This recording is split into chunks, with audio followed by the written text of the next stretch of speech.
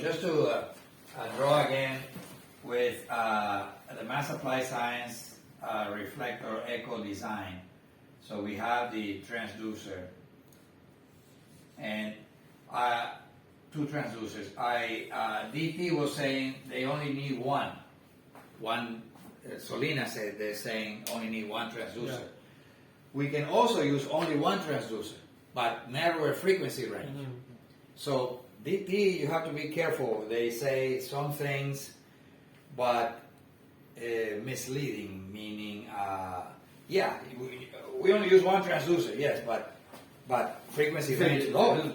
They don't say narrow. Narrower frequency range. Because we can say if it's dilute, if sample does not attenuate, low attenuation sample, low percent solids, then you can run sample at high frequencies. So let's say we call this high frequency and low frequency. So this one goes from say like 17 to close to 100 megahertz.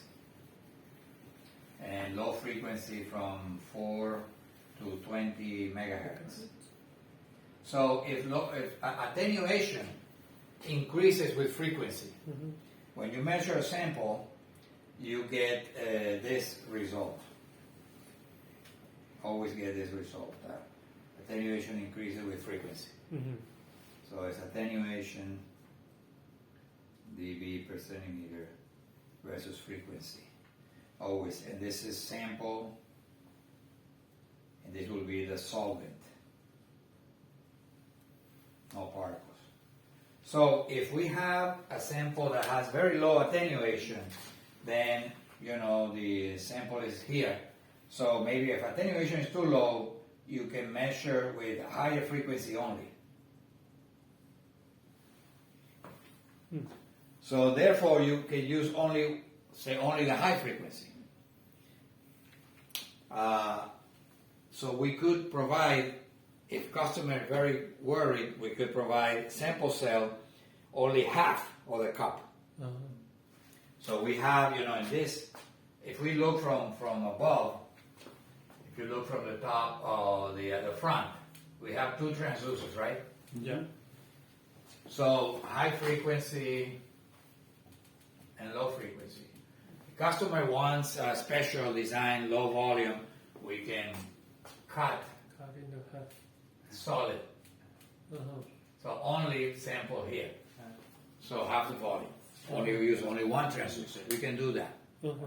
But another thing we can do is we can combine two transducer elements on a single rod. So we have here transducer element and transducer element to produce sound. With dip probe, the dip probe, combine together. yes, Okay. we have two transducer elements together for smaller size. So we can do the same here. If necessary, it becomes a problem for future instruments. We can say we're going to put two transducer elements, same, and eliminate this. So know this. So sample cell half. Okay. We can do that if big problem with DT. We're already using the dip probe. Yes, already. And we can do same here. Half volume. Yes, that's great.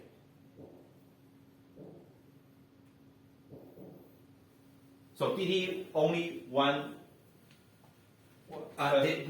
Remove this. Remove this. And two elements, a single rod. Single delay rod. I mean DT is single rod and one element. No, single rod, two elements. I mean DT.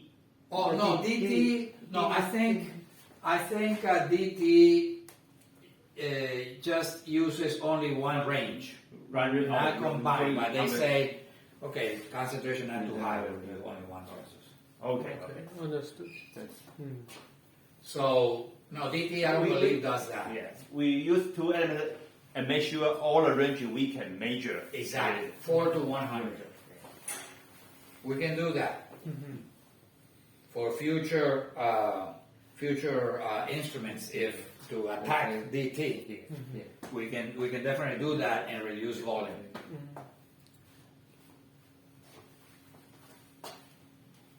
And we know it works because we tested with Deep probe. deep probe.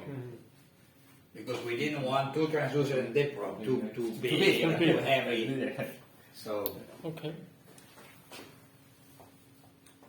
So that's a good development. But anyway, so going back to design, to current design, existing design. So we delete the X for now. Right now, so we have our two transducers and we have our two reflectors. There's two reflectors, I will draw one. So this transducer element sends sound and quartz delay rod.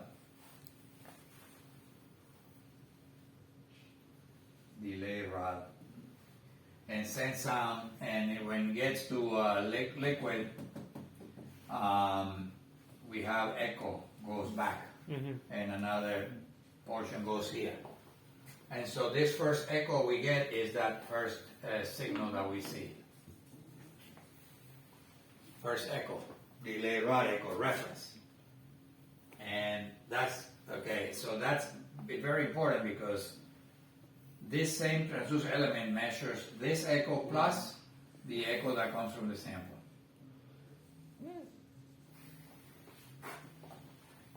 So we get the second is here. Smaller. But we have then, but when it gets here, when this echo gets here, there's a little bit that goes back too. And so then it comes back this way, and so we have another smaller echo too. And this one goes back, little bit goes back, and we get another guy, another little guy here, and so on. Always attention. Aha. Oh,